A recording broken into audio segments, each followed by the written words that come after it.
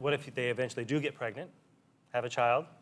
Hooray, hooray, hooray. But then suddenly parents got to worry about what's the best way to discipline them. You know, and we've been debating the whole spanking thing many times before, but now there's some studies that show that maybe parents are doing something even worse. Watch this. What do you think is worse for a child, spanking or verbal abuse? Verbal abuse. Why? Because it hurts their feelings. It makes them feel bad. Maybe with spanking, like the pain goes away right after, but verbal abuse, like that's in your mind. Those words, those harmful thoughts are going to always be there. I think verbal abuse more so demeans their character and, you know, forces them through years of torment. Verbal abuse really, you know, is damaging to someone's soul. Wow, that last comment hits it on the head. It's damaging to the child's soul. Yeah, there are basically some new studies to compare verbal abuse, or I like to call it verbal dispraise, you know, kind of the opposite of praising, being sarcastic, critical of the child, kind of yelling at them, calling them stupid, things like that. So they compared that to spanking and showed that the verbal dispraise was actually worse. The child had higher levels of impairment, conduct disorder, depressive symptoms, and ADHD. So, you know, you see that a lot. You spank, it's over. It's over. They understand, but if you say something, I mean, that can linger potentially but I'm for, still for the rest of their life. We're not saying spank. I'm not saying go spank. We're saying. But just comparing the two, it's really damaging. I'm not saying, you know, you can't discipline now, but you see it in the grocery store, at the mall. You know, the child's acting up, the parent's frustrated and just basically lose their temper and starts yelling at the child or calling them stupid or names or just really demeaning to the child, and that's what's really damaging. I call it angry parenting.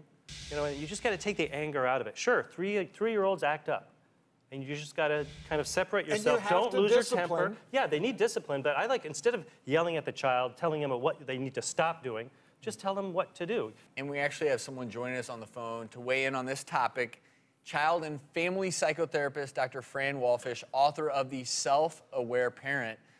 And Dr. Wallfisch, I think Dr. Shears just hit this on the head when he said you have to step away from maybe some of those initial feelings, because I have to believe that shouting, verbal abuse is just as bad as spanking. That's exactly right. You can't measure one from the other. They are equally damaging. So, Dr. Wallfisch, I'm curious, what's your best advice for parents to how to deal with a child that's acting up?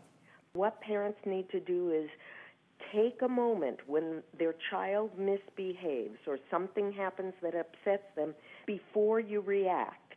That's crucial. And number two, parents need to know ahead of time what clear boundaries are, what's okay and what's not okay, and they have to make a solemn promise to themselves they will act and talk with their child without anger or rage.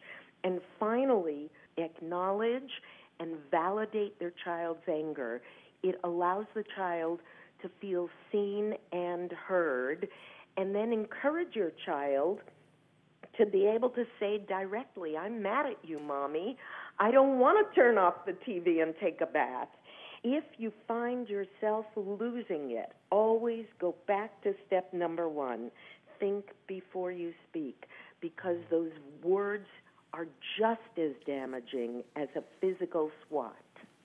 Well, Dr. Wallfisch, thank you so much for your insights today. Thank you. It was a pleasure. Likewise, and the take-home for any parent out there is harsh parenting does lead to child impairment and depression. Yeah.